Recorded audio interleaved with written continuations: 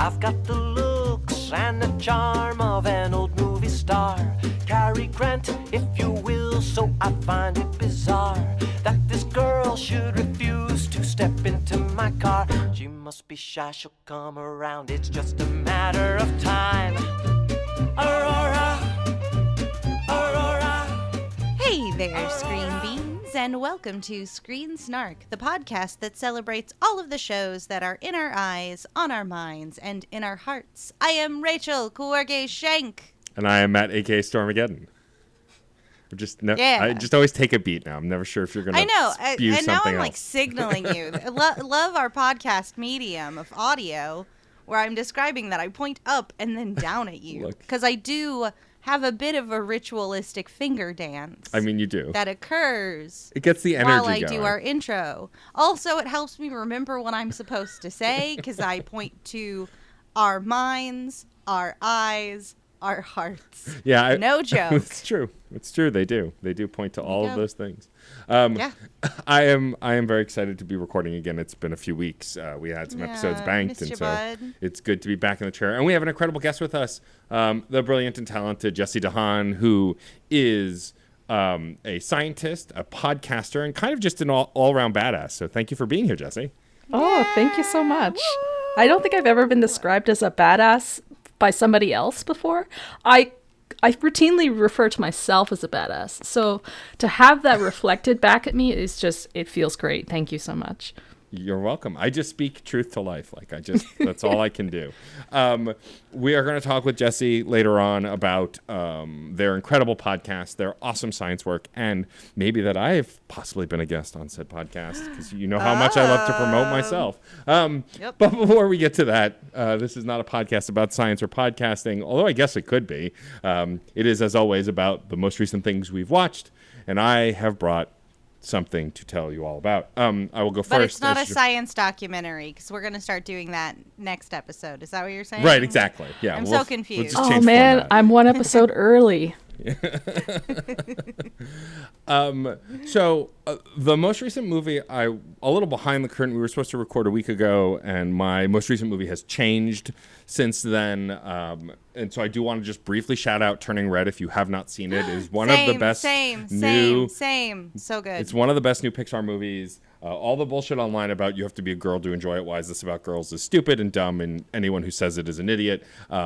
Especially me growing up loving boy bands as much as any of those young ladies in that movie. I related plenty, but it was incredible. It was funny. It was cute. I really, really dug it. So I just want to shout that out and make sure it's getting the love that it deserves. But the movie I brought today is an anime movie, a film. Who are you? And it's smack dab in a series of 4 anime films. And so at first I was like, can I bring it? Technically I haven't finished it, but they were released, like I remember and went back, they were all released like between 2 to 4 years apart. Only the most recent one being released recently. I, of course, if you haven't figured out by now, are talking about the more recent Evangelion movies, the rebuilds as the American audience is calling them. Matt! What? Matt! What? Get in the podcast. Get in the podcast. Get in the podcast, Matt. So I have brought Evangelion 2.22, the updated version, You Cannot Advance, which is the second of the 4 films, although the last one is sort of 2 films, I'm told. It's a lot. It's Evangelion, so I am unsurprised. I have loved Evangelion since I was a kid. We've talked about it on the show before. Rachel's brought it before. It's been a long time since I watched the main series. I've been a fan of Hideki Anno's work. We've talked about Shin Godzilla on the show too. And then recently, friends of mine started an anime podcast, friends of the show. One of them, the incredible Nathan Brandt. They have been a guest before. We're doing My Hero Academia on their podcast, and then we're going to shift to Attack on Titan, but one of the co-hosts had a lovely baby and is taking a break. And so in that interim, they're doing Shonen Tell, where people bring on animes that they've loved, and they're doing Ava. Also, congratulations to that podcast. Of course, Jess, who is also a previous guest of the show.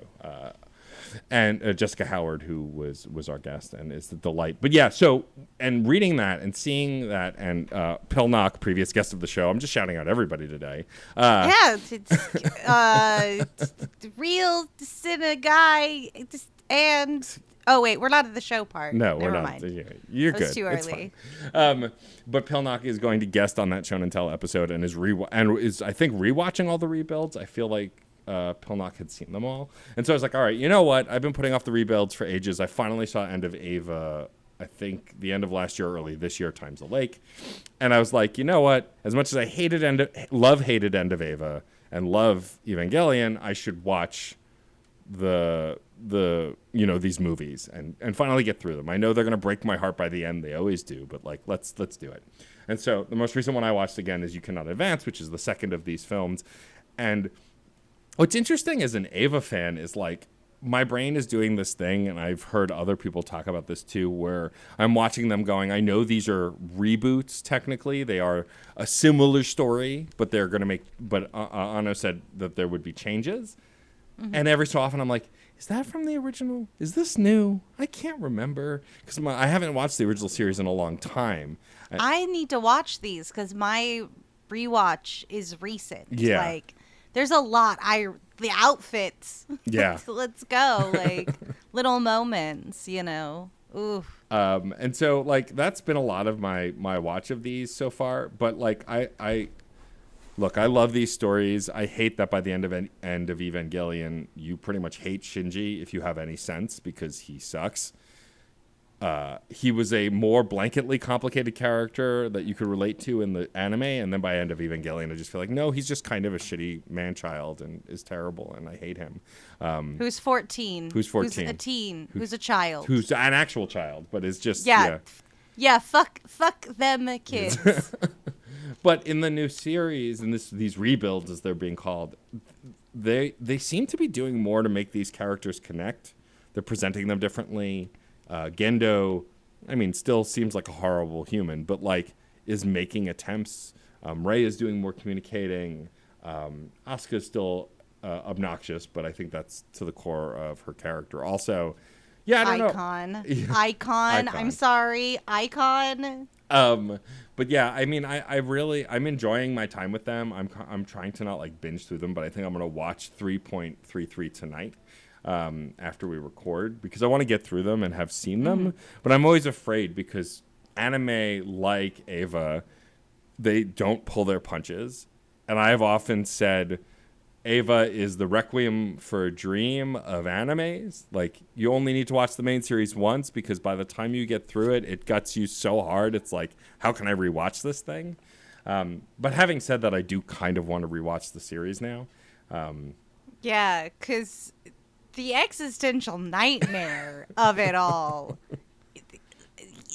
Yeah. Just all of our humanity recontextualized and re-explained to us via Catholic imagery through the lens of, like, Japanese culture with mechs. Like, Yeah. Remember, there's a lot going on there. Yeah, I mean, it's not like Hideki is not known for his layers anyway.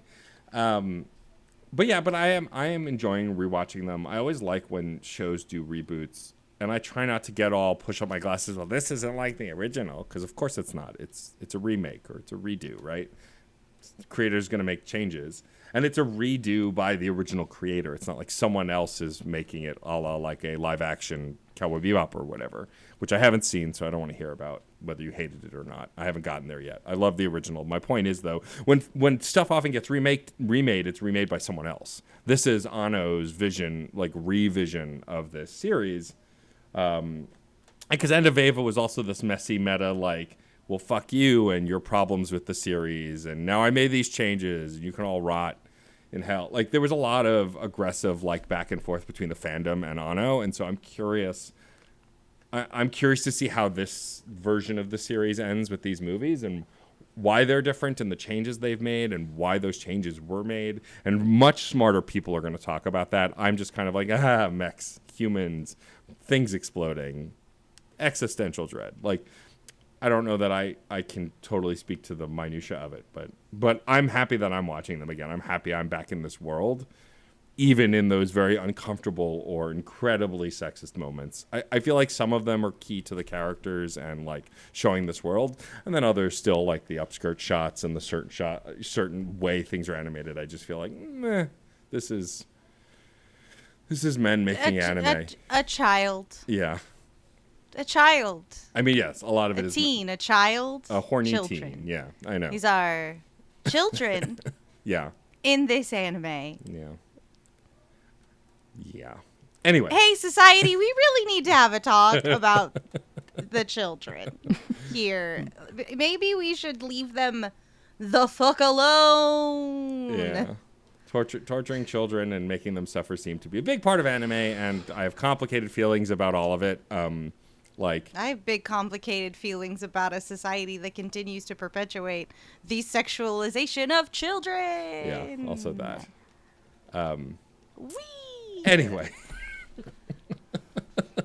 All that to say, I'm glad I'm revisiting Ava, and I do think there is definitely an art to what Anno does, and I think that if you've not seen any Ava, I'd be curious for you to start with the rebuild, since its starting point still seems in the middle of the story, because it kind of is the same starting point that the series has. You are through the eyes of Shinji as this teenager, but you only get to see the story from the moment he joins Nerve. And it does feel incomplete and fills in the gaps as you go, but there's still a lot of WTF moments, and I'm curious what other people think of it, especially since it's been a long time since the original run of Ava, which was in the mid-90s. And so, there are only a handful of other anime that have been running that long, and only some that have been running consistently since then. So, like, I'm always curious what people think of this kind of a show. I do like the English voice cast. I think they're fine. I've watched the original series, I think, in both English and Japanese. I don't really have a preference. I feel like Shinji is pretty whiny in any language, so it doesn't really matter. But I always try and watch the English voice cast just because I like to give it a shot. Most things, if I watch them more than once, I'll watch them in Japanese as well. Though it is very funny. There's a moment, I think, in the second movie where like they ask the Ava pilot's preferred language, and they go, "Oh yeah, please make sure it's Japanese," but they're saying that in English, not Japanese, and so that's just always like a weird brain teasery thing. Anyway, I'm rambling now. It's fine. I'm really enjoying it. I think I'll have a better idea of how good this movie is when I've seen all of them, which I'm halfway through. So I'll report back once I get there. Did they name the other ones like 1.11 and 4.44? Like, is that how they do it? So they were originally 1.0, 2.0, and 3.0, but before 3.1 came out, they did remasters of all of them, and so the remasters were called 1.11, 2.22, and 3.33, which is a way to do it. There's no logic to it, I don't think. It seems. No, but it is kind of aesthetically pleasing, so I get it. Yeah. And all of the titles have similar, like, this one's You Cannot Advance. The first one is I Think You Are Not Alone, and so on. And then it's not until the final one, which is Thrice Upon a Time, which has a totally different naming convention. Anyway, yeah, it's interesting. But I'm enjoying them. They're all on Netflix, or not Netflix, Amazon. If you have Amazon Prime, you can watch them all. And that's how I'm watching them. So if you are interested in diving into old school anime through a new lens, I highly recommend it. I mean, I do think a lot of the messaging is important. If you are a fan of the messaging, like in Shin Godzilla, for example, there are similar things in this anime as well, among other things. But also, if you want to watch also really fucked up anime robot battles, that's in this too. And like, the animation style has only gotten better, and some of the quality of life improvements from newer animation, like some of the CG stuff they kind of layer in for like how Tokyo 3 transforms and stuff, looks really cool and is not a thing they could do in the original anime because the technology didn't exist. Amazing. Well, Matt, yes, if you had to sum up whichever Neon Genesis Evangelion bullshit this one was, in just 3 words, what would those 3 words be? And they can't be whatever this title was. You cannot advance. You cannot advance. Thank you. Neon Genesis Evangelion, you cannot advance. And no numbers or decimal points allowed. All right, fair enough. I would describe it as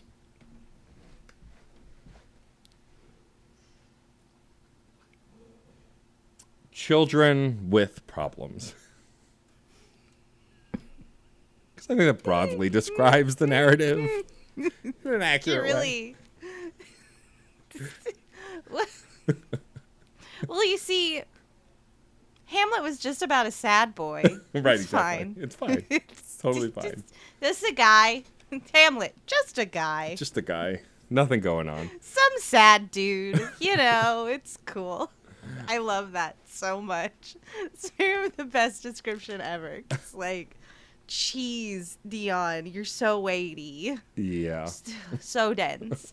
I would love to report that what I brought was less dense, Oh, good. but I can't. Oh, no. So before we do that, Damn I it. am going to say I also watched Turning Red, and it was going to be my movie of last week. And please watch this movie. So good. Please do it. It's so delightful. And to watch Pixar, like, deal with the humanity of, like, young girls and not make them out to be, like, bad, vapid people, but have, like, interesting internal lives should just be worth viewing because, like, how fucking refreshing is that? Yeah, totally. Like, 100%. Come on. Love it. Great stuff. Also listen to all of the boy band Four Town stuff because it's so catchy. I love fake boy bands that are in media Yes. properties. Yes. Like yes, there was an yes. there was an MTV TV show with a fake boy band. I can't remember their name now. But they were also like this fake boy band that was full of actors who could sing, and like they had fake albums that ended up being real albums. Like I love that kind of shit. It's great. It's really good. Now, wasn't that such a lovely break? Yeah. Because I'm going to talk about everything everywhere all of the time. Oh, please try and do it without spoilers because I really want to see this film. I'm going to do my best without spoilers. Because it's gonna Michelle Yeoh, right? Yeoh, is yeah. one of my favorite actresses of all Yup. time. She's great in Discovery, and so I've wanted to see that movie. So please tell me about it without Yes. spoiling it. Talk about dense. Talk about frenetic. Talk about gut-wrenching action sequences. Talk about hard sci-fi devices being used to dissect our interpersonal relationships and bring us to a closer understanding of each other in humanity and as community. You gotta. This one by Daniels, this one, you gotta. You simply must. If you have any love for cinema at all, or just kung fu movies, or strange multiversal sci-fi pieces, or just Daniel's Turn Down for What music video, just go. You gotta. You simply must. Everyone is at the top of their game. Being able to play so many, like, multiverses in this, because it's all about, like, our protagonist, like, suddenly being able to connect with versions of herself throughout this multiverse. So, you know, you're experiencing those. So everyone gets to sort of do multiversal versions of themselves. And it is so much fun. It is so blissfully wild. Just unbelievably so. It was one of those movies where when the credits started rolling, you could have said that movie was 90 minutes, or you could have said that movie was 4 hours, and it wouldn't have mattered. Right. Because it, like, sucks you in. It escalates so quickly, and it culminates into something so raunchy and beautiful. Amazing. And unexplainably deeply human. It feels so good. This movie feels so good. I'm a big fan of also things that aren't part of a franchise. I love my franchise stuff as much as anybody else. I recently watched the premiere of Moon Knight, which I loved to death. I love my franchise stuff, but whenever I see weird ass shit that's not part of a franchise, like this movie, when I saw that trailer, I was like, oh, this is wild and has nothing to do with anything that's out already. Great, I'm in. Let's go. Yeah, it's got such spirit, like it's also got such a disregard for decorum, and is in a way sort of pushing back against our concepts of like respectability politics. It's really neat, and they do it in such a way that it's like setting something up and then paying it off. It's really clean, the way they navigate setups, payoffs, and everything, and just the immensity of being human and what we do with our knowledge and our time, and like how we can change and break generational curses. It fucking rules. It fucking rips. I want to go see it again so badly. I love that. How's that for not spoilery? Perfect. Jessie, are you familiar with the film? Have you seen the trailers for this? I think I have. I know the title for sure, Yeah. but I can't remember if I saw the trailer or not. But like based on that review, I'm gonna have to, because I love sci-fi, interdimensional, political intrigue / And I'll say it is in a smaller distribution. This one, a lot of cities aren't getting it yet. And I will say, for you, while you wait, go check out Swiss Army Man, because it's the same creative team. Yeah. And it's got a lot, like, this definitely feels like that same creative team doing just Gonzo, but Gonzo that's just like, that makes me feel better about being a person. It's just, while also just like dealing with our like quote unquote baser parts, sexuality, toilet humor, like, so it's definitely that. And if you just want to get what that is about, just watch Turn Down for What's music video. Like, there's a dancing penis and everyone falls through the ceiling. It's great. Aces music video. So yeah, if you want to like get an idea before it comes, before you like demand it in your cities. My town does not have a cinema. It is too small. I have to drive 30 minutes to go to a movie theater, but that's okay. Look, that happens to the best of us. Yeah. But as long as you have somewhere you can go see movies, that's good. Yeah.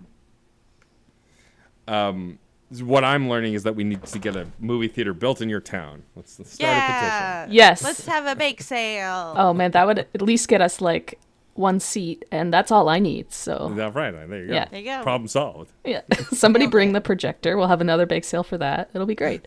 Yeah, done. Awesome. Well, Rachel, if you had to sum up everything, everywhere, all of the time, all at once, is that the title? Did I Everything, get it right? everywhere, all at once. There we go. I did get it. Okay, Everything, Everywhere, All at Once. If you have to describe that film in just 3 words, using none of those 3 words, what 3 words would you choose? This is the first time that I'm like, I can't not with the title. Like, it really, yeah. I will say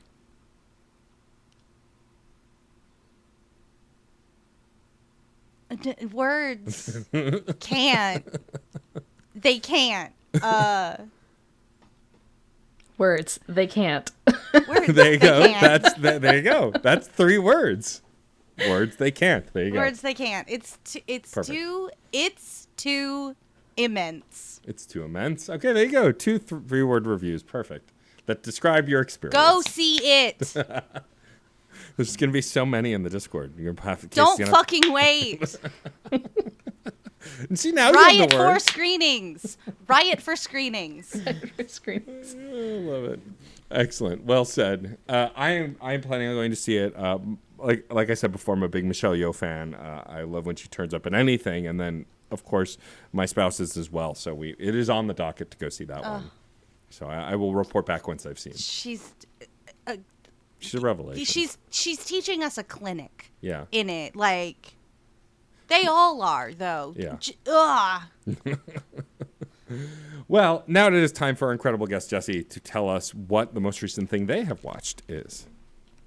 Okay, well, I've been on a really long Star Trek kick. I've been watching Next Generation. Nice. But I could go on and on. We'd be here for like 27 hours talking about Star Trek. So instead, last night I watched a movie called The Power of the Dog. Okay. And I'm not it familiar. won, its director won an Oscar this year for the Oscars that shall not be named. And let me tell you, this movie is not about dogs at all. Oh, okay. I thought it was going to be one of those, like, I'm going to cry because every time there's a dog in a movie, tears. It's got Benedict Cumberbatch in it. Oh, I've seen the trailer for this. This is the Netflix film, yeah? Yes. Yes, okay. He plays an American cowboy. I was trying to come up with a cowboy pun for his name, and I could come up with Benedict Cowboy Batch. All right. Or I like that. Benedict Cumber Rancher, something like that. Oh, that's good. Oh, yeah, I like that. So he's a rancher, and it's a slow burn. It starts off real slow. There's 4 acts. It really takes you a long time to figure out what the heck the movie is about. And immediately, I'm really bad with movies. If they don't have action in them, I lose interest. But I was like, I gotta bring something new, so I'm gonna go through this and see how I feel. Oh no, you powered through the power of the dog. Yeah, I did. I have to say, I think it was worth it. I did not enjoy the movie, but it was a great movie. Okay. And it was really hard for me to separate that because, like, I know it's not my style of movies, but it won an Oscar, so it must have been good. And so I feel like film buffs out there would really appreciate it. Cinematography and score was, like, amazing. The acting was really good. I don't know what the plot was. I mean, I do, but if you guys haven't seen it, I don't want to ruin it. It involves cowboys and yeah. I'm gonna go out on a limb because I just read the description. Psychological torture? Yeah. So I was keeping a record of, like, my notes during this movie because I figured, you know, if this episode of your podcast gets, like, you know, 50 retweets or whatever, maybe I'll publish my live tweets on it.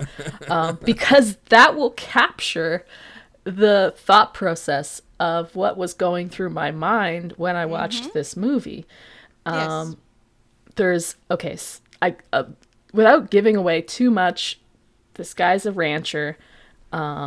His brother gets married to a woman he doesn't like. And then he decides he's gonna, like, you know, taunt her by whistling. And somehow that is enough to make her go become an alcoholic. And it's not a good movie for people that are triggered by animal abuse or, like, gruesome scenes, because there are some scenes that involve violence against animals. And I mean, in terms of Benedict's acting, it was great. And yeah, it got me so riled up in, like, an emotional state that, like, I'm feeling, like, tight right now, just, like, describing it, you know? And that's, I think, the first time that I've watched a movie that gave me, like, this visceral sort of bodily reaction to, like, I hate all of the characters. There's no good one.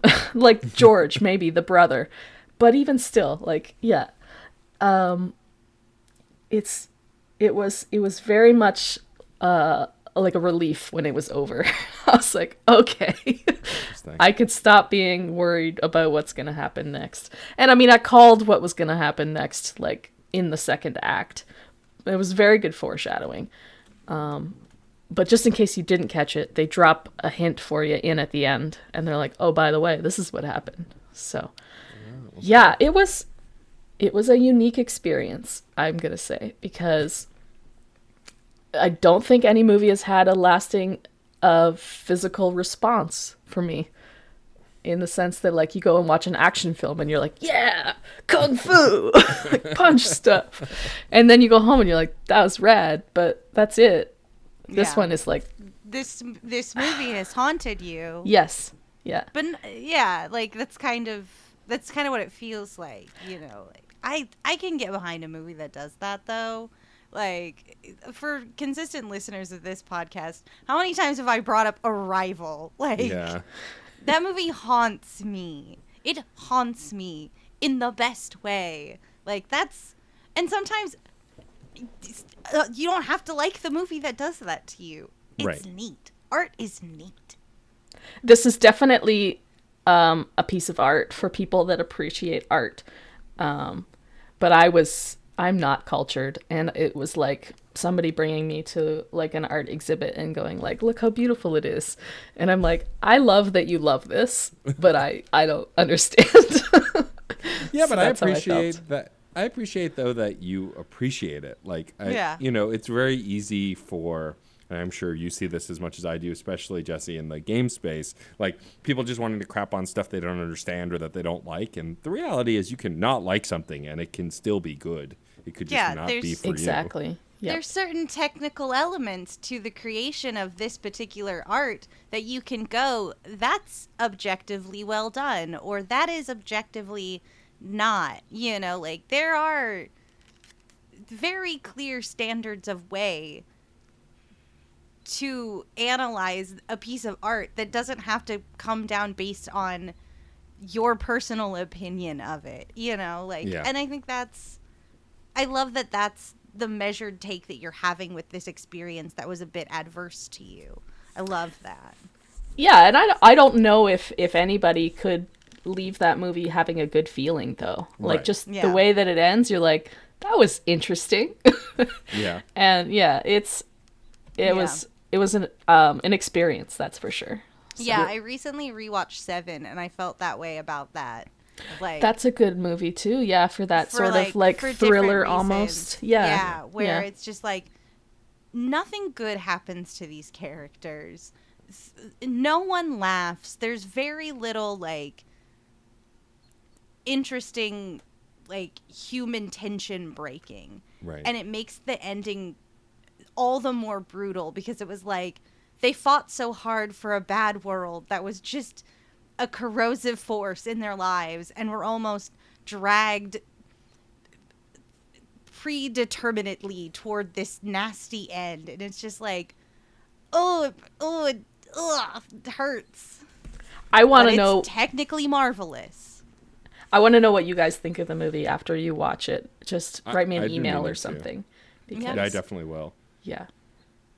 I mean, it also sounds like, and I one of many times I broke the rules on this podcast. I brought a video game. When I brought The Last of Us 2, a series that I love, by a studio I love, I said that I will never play that game again. It gave me a similar vibe to what you're describing from The Power of the Dog. Like, I loved the experience of playing The Last of Us 2 because it was compelling and powerful, but I don't know that I enjoyed my time with it. It's hard to say, right? Because it's an incredibly depressing and powerful narrative.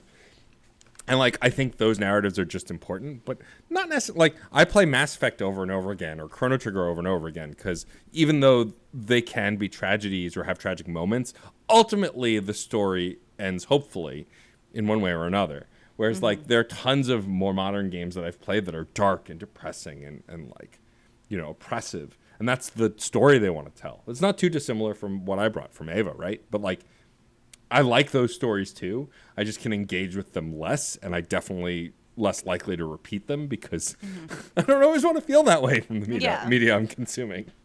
Yeah, and what's really neat is we're kind of batting 1,000 on this one because we all brought like very technically marvelous, very deep pieces that sort of like defy like typical genre, you know, like each of them sort of I can't speak for Power of the Dog, but really like distilling a piece of humanity, even if it is like that darkness, you know, that like fundamentally like awful side of humanity. You Yeah, know? what's interesting about The Power of the Dog is that the characters are the way they are because of what has happened to them in their life, but it's never actually discussed what has led them to become the way that they are. Like, Yeah. there's a character that is only vaguely referred to in the movie as having this impact on everybody in it. But you don't know anything about him and, you know, what type Wow. of person he was. And everybody, like, reveres this guy. And they're like, oh, you knew him personally. Like, so something must have happened that made all of these people admire this guy so much. And then there's, like, darkness in other people. And you're like, I don't know where this is coming from. I want to like you, but you're a really crappy person. Maybe it's just your face. By the way, there's been a dick in it. Definitely. There's a yeah. dick Good to shot. know. So Yeah, All right, good it to know. reminds me a lot of did either of you see The Devil All the Time? I didn't. I heard that it was something I should, but I Yeah, never it's did. also one of those like very like grim pieces where like stuff doesn't work out for the main characters, and it's got Batman and Spider-Man in it. and I can't recommend it, you know, because it was Right. also one of those like it haunted me a little, like that made choices, and like I think it's important that like those get to marinate in my head through the Yeah. lens of art, you know, like a very safe lens, but like fuck, you know. Yep. That's a Totally. great. That's how I feel. Of like, Yeah. I have feelings, and it's because of the art, and like all I can do with it is just like sit in it, and Yeah, you know, and that's how you're supposed to do it, I guess. Yeah, like I'm new to this. haha, cinema, messing with our brains. I'm glad Stop it! Don't stop it! I love it. You're Well, I'm glad our- nasty. I'm glad our little show brought you to that place. I think it's important to have those moments. But that said, Jessie, if you had to describe the power of the dog without using the words the power of the or dog, what 3 words would you use to describe this film? Oh, it's really hard to choose because I don't want to give any spoilers.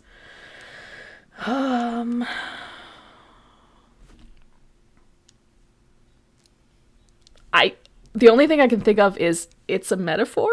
Okay, all right, there you go. Metaphor. There you go. Love it. Perfect. I'm sorry that Case, you have to change all of our descriptions to "it's a metaphor." For all of them. Just for all Because 3 movies. it all fits. If only all we had a fits. subtitle to this, because it would just be, Yeah. here's our guest. It's a metaphor. Excellent. Well, I'm definitely going to check it out. I've been wanting to, and it seems like it's one worth sitting with, even if you don't ultimately enjoy the experience, question mark. Yeah. This goes back to my whole Requiem for a Dream thing, a movie Yeah, that The Lighthouse. which I also saw and was left uncomfortable. Hausu. Hausu, You yeah. only need to see Hausu once, but you should watch it again. Yeah.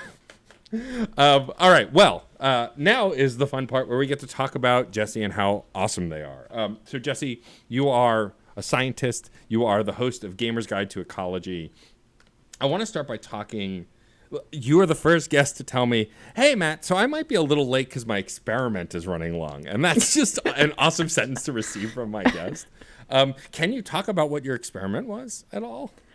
Yeah, I mean, there's really nothing secretive about it. Right now, I am working in a lab that studies pests and their impact on plants. So those plants could be ones that we eat or grow for other things.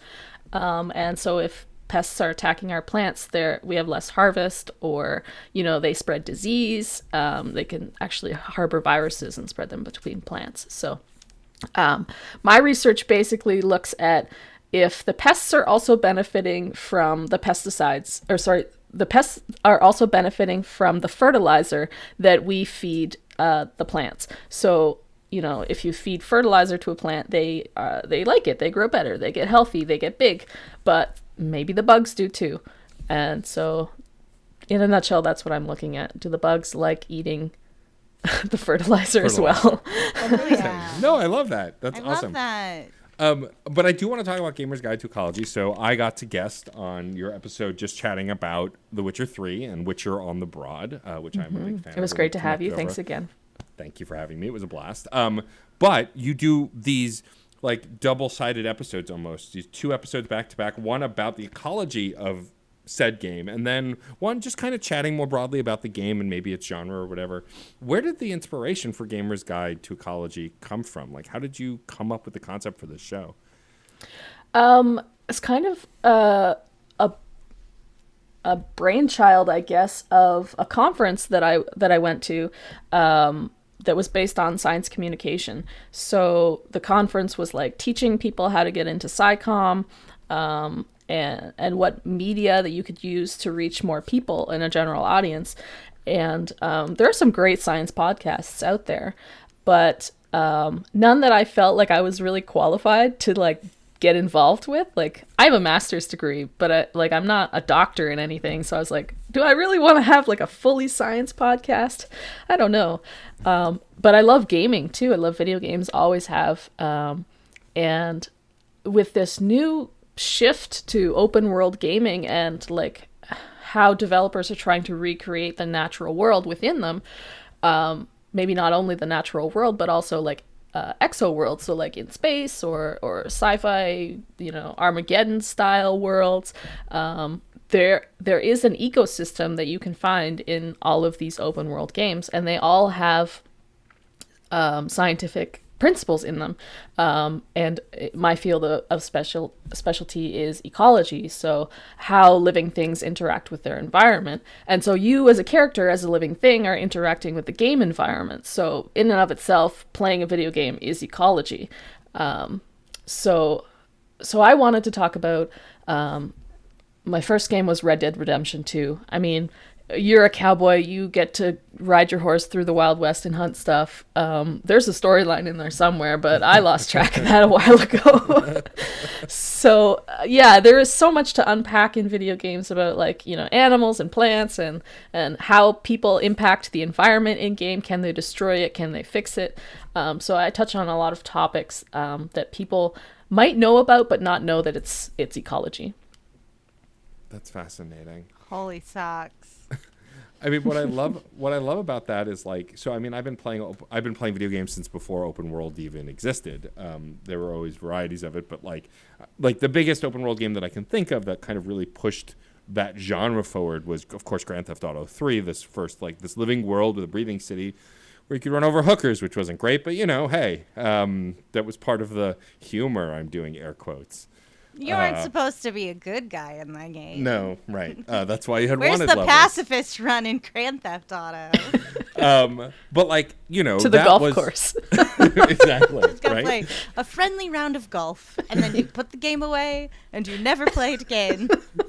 There's nothing else you can do. You've won the pacifist run. But like that game, like there wasn't much.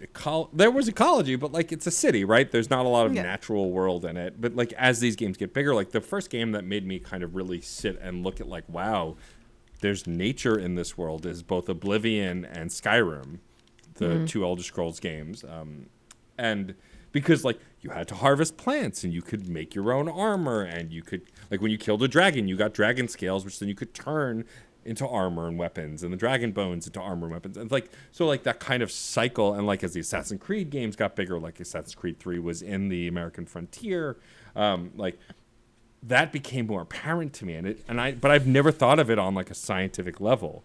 And I think it's really fascinating how mechanically they can work, but also like there's stuff going on that you're not even probably interacting with that exists to make the world feel real. But there are also things that the developers get way wrong. And it's maybe something that they didn't consider, they didn't ask an expert about. Maybe they saw their canvas as having too much white space, so they decided to put in a species that wouldn't normally be found there. Mm-hmm. And so, like, playing video games as a scientist, that really irks me. But yeah, I gotta know which one of the games that you played did it the worst, was like the most egregious, because like being from New York, that happens a lot with New York based movies. Everyone's like, that's not anything, what are you doing? And I want to know what you see when that happens to you in a game. Yeah, I haven't done an episode on it, but the first game that comes to mind is the new Dynasty Warriors game, where you're like running through the woods and you're like, I need to go and get a couple leeks or whatever for this mission, and then you just get attacked by like 26 tigers, and you're like, tigers don't live like this. Why are there so many tigers? I love that. It's always my favorite thing to explore when talking to experts in a field is like, what about this thing in TV or movies or video games that gets it so wrong, that stands out so much? Because like, I'm not going to, like, I played the new Pokemon. I haven't listened to your Arceus episode yet, but I'm really excited that you covered it, because this is the first Pokemon game to kind of also show like a more living, wild world, because it's in the past of the Pokemon world. Like, it's pre all the other gens, even though it's based on the Diamond and Pearl one. And like, there are Pokemon who interact with each other. There are certain natural like things that you can gather and resources and stuff.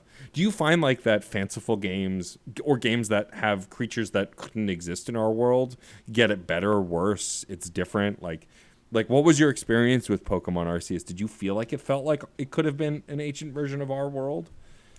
It was breathtaking. I loved it as a Pokemon fan. It just like being able to go, I mean, it wasn't truly open world because there were multiple maps, but being able to go anywhere freely and then just like observe Pokemon.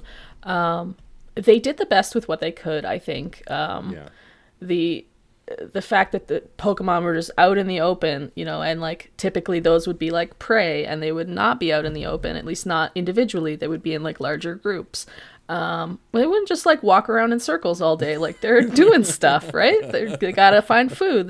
Maybe they got a mate, so I don't think that the Pokemon behavior necessarily was, I mean, Pokemon are made up anyway, so who am I to say what their behavior is? But some of them can shoot electricity out of their faces, so yeah, you gotta look out for that. The irony is that you have to hide in the tall grass in this game. Yeah, that is pretty ironic, all things considered. It's genius. We'll just do it the opposite way. It's us. It's me, Mr. Pokemon, CEO of Pokemon. You're in the grass now. Yeah. Who's the real monster now? Always humans. Love us. Always monsters. But I do think that games that typically expand beyond Earth and make up their own creatures, they do a better job sometimes of like, because you can animate it however you want. Like, your creature moves however you decide it moves it. If it has 6 legs, then those 6 legs move. If you're trying to animate a wolf and you make it walk funny, people are going to notice right away that wolf walks funny. Subnautica was one of the first games that I covered that I thought was brilliant. It's like an underwater survival crafting game. And, there's fish in the game and they behave like earth fish, but they look really cool and they have like unique features. Like, one of them is just a giant eyeball with fins. So it doesn't make sense on Earth, but like this planet, who knows? Maybe it does make sense. I love that. That's awesome. I'm curious. So, you've covered a lot of open world games, the idea of seeing these environments. Is there like a game that you haven't covered that you really want to cover, or games that you're curious about that you haven't played yet that like you have on the docket for the podcast? For sure. Yeah. I've been told that I need to cover either Stardew Valley or, what's the other one that came out recently? Animal Crossing, New Horizons. Those would be good ones, Yeah, because there's bugs and fish in that one. And I mean, there's not a lot of ecology, but I could go on a rant. That's all a podcast is, right? Yeah. Right, of course. Oh my gosh, 100%. I wanna hear how absurdly wrong it is that any of these fish exist together. Yeah. Even if they're separated seasonally. I can't wait. I'm so excited. But yeah, there's a lot. I don't know that so I don't play PlayStation because I don't have a PlayStation, but maybe one day I would go back and cover PlayStation exclusive games, because there's a lot I'm missing out on by only having an Xbox.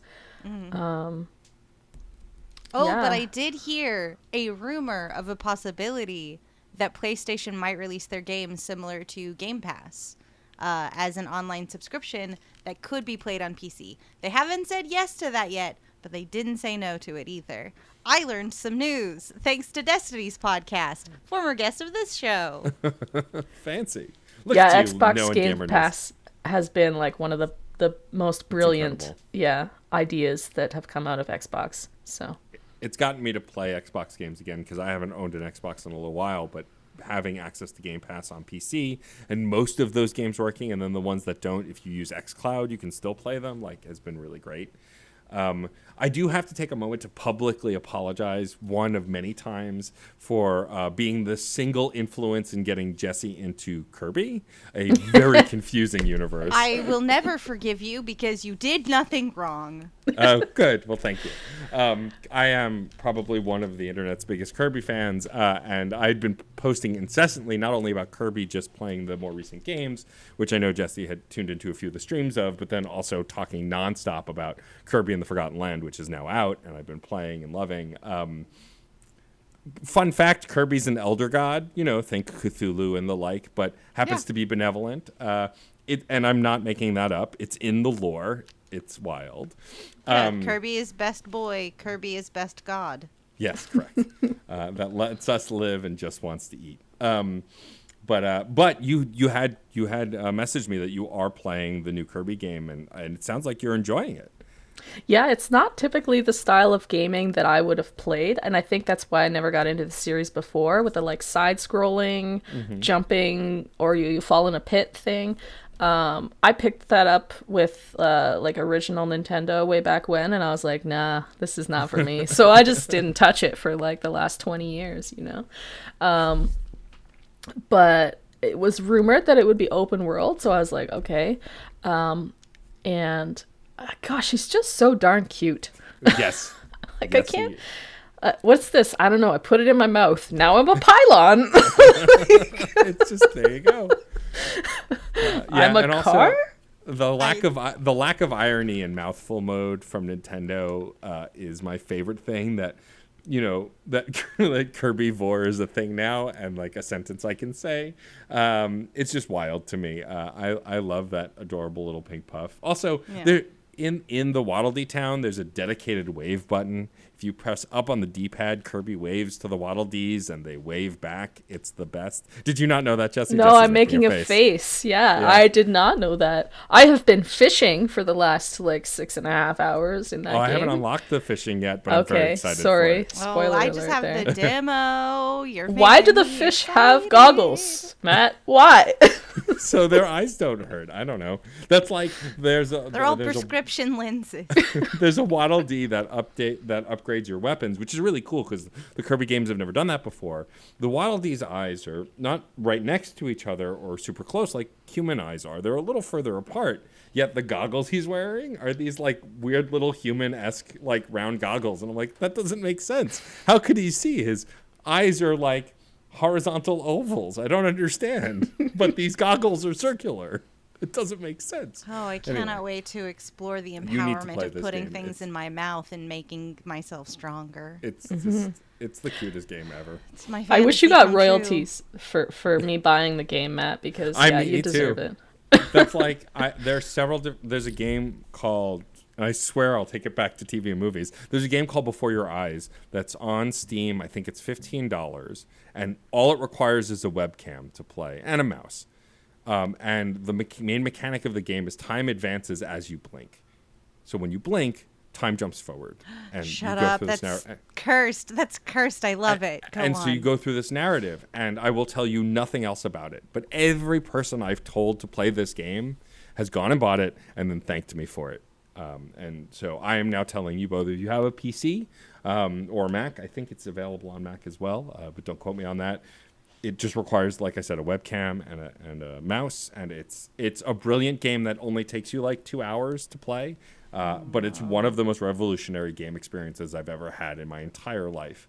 And I'm saying that as someone who's played games for almost 40 years. So I love I'm just thinking of ways I can cheat. Yeah, it's pretty clever at tracking your eye movement, but also the syncing isn't perfect. So it might yell at you or desync, but I'm highly recommending it. Anyway, going back to ecology and talking about your specialty, we talk a lot about video games because that's what your podcast's about. But have you noticed things ecologically? I hope I used that term correctly.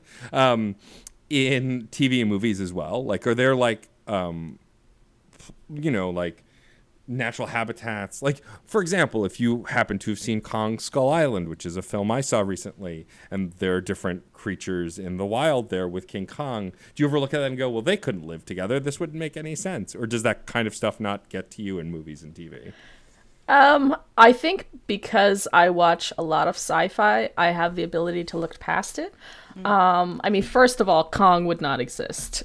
Well, yeah, obviously. Yeah. For sure. The sheer weight required to the energy needed to, no. His skeleton is made of like the metal that is injected into Wolverine, I guess. He's so heavy. But if we're gonna go with like, his habitat, he would live in a jungle and eat smaller primates probably, or a lot of plants and roots and branches and things. Kong is a gorilla, correct? I believe so, yeah. Yeah. So I think that they're mostly like omnivorous in this, but they eat a lot of bugs rather than like chimpanzees that will eat meat. So he'd be very hungry all the time. I mean, he does eat a giant octopus at one point in the film, like fresh out of the water. So yeah. No wonder he's so angry. Hangry gorilla. Hangry gorilla. It's just always fascinating to me when people from certain specialties engage with that kind of media, right? Because like me as a DJ, I don't really look at films with DJs in them and go, they wouldn't do that. There's not that many moments. I mean, the only moment I can think of recently is in Detective Pikachu when there's a DJ at that underground fight club with like Loudrins just pumping out music, but there wasn't much technical to it. Are there... you could never use a Pokemon like that. That's completely unbelievable. Yeah, who knows? But I'm curious, like, if there's ever been a game... Like, we were talking earlier about games that were really egregious with these moments that don't make sense. Has there ever been one so bad that you couldn't play the game or you had trouble interacting with it or it just distracted you from the content? Or you just push through it? I think I have the ability to push through it, unless it was a character or something that I really was already into, and then suddenly they flipped it on its head. Like if I was invested in a way that something was, and then the game was like, oh, actually that's not true, it's this way, then I'd be like, that's dumb. I'm not playing this game anymore. But yeah, I think like that Dynasty Warriors thing was the biggest no-no for me. Like, I haven't touched that game since I got attacked by so many tigers or wolves or whatever attacked me in the woods. I was like, I know this game is not about ecology, but I cannot get over this. And so that's why it has not been an episode of the podcast. That's amazing. But yeah, that would be the line. The line. Well, and you're also a D&D nerd. I'm curious, do you ever think about the ecology of like D&D campaigns or certain areas like Eberron and things like that within D&D? Have you looked into or discussed that kind of stuff? I always consider it, as a DM and as a player.